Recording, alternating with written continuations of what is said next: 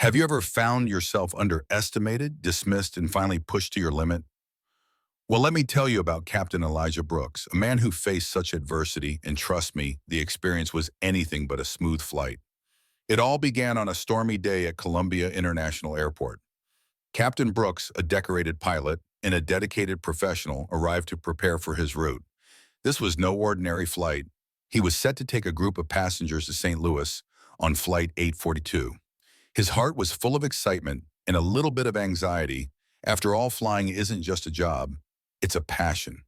But then there was Madison Clark, a senior flight attendant with a reputation for being difficult. The moment Brooks walked into the crew lounge, he sensed her disdain. "Can you handle this?" she smirked, crossing her arms and narrowing her eyes in doubt. It was dismissive, like a teacher questioning a student's ability. But Brooks, he just nodded, keeping his cool. He's been through worse. But deep down, he felt that pinprick of irritation. Not just because she doubted his skills, but because her smirk was a reminder that he was one of the few black pilots in the industry, and doubt often came with the territory. As the day went on, the skies grew darker. A weather system rolled in, forcing changes in their flight plan.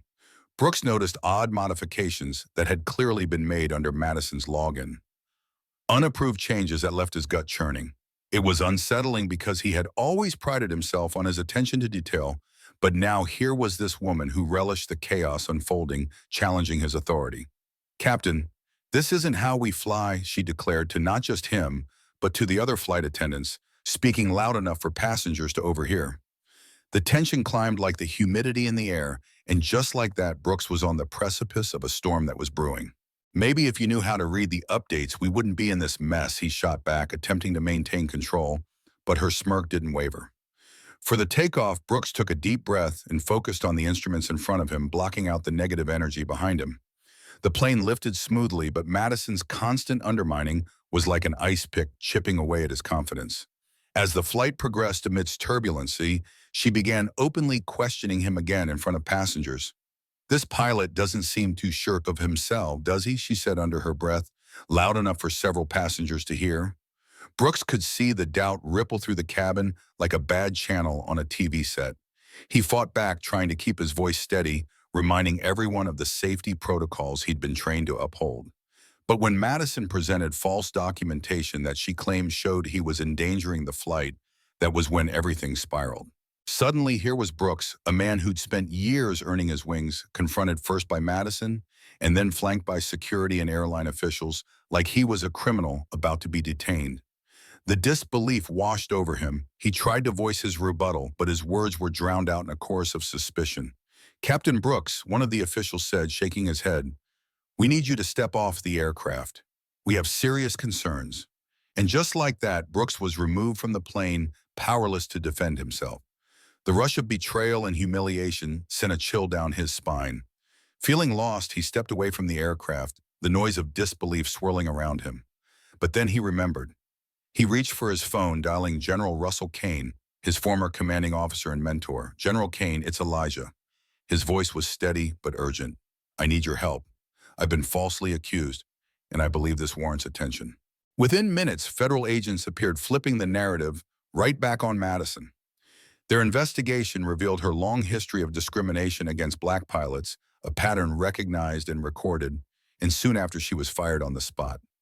Talk about a plot twist. Meanwhile, Brooks was reinstated to his position to thunderous applause. Words couldn't describe the gratitude swelling in his chest. He didn't end up just flying again. He was honored for standing up against injustice. The airline recognized him as a leader with a new role focused on mentorship, ensuring that future pilots wouldn't experience what he went through. In those moments, Brooks reflected deeply not just on his own journey, but on the systemic issues pervading the aviation industry. It stirred something inside him, a desire to educate and encourage others to rise above doubt and adversity, and most of all, to champion change against all forms of discrimination. So here's the thing, this experience wasn't just a personal victory, it was a call to action. Just like it does for many, it made Brooks wonder how many others out there have faced similar struggles.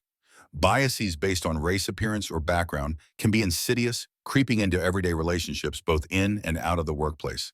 And that brings us to you, our viewers. Have you ever experienced something like this or seen someone mistreated due to their background? How should we confront these biases? Your experiences are valuable and so is your voice. I encourage you to share your thoughts in the comments below. Engage in this dialogue, and remember, justice isn't just for the privileged.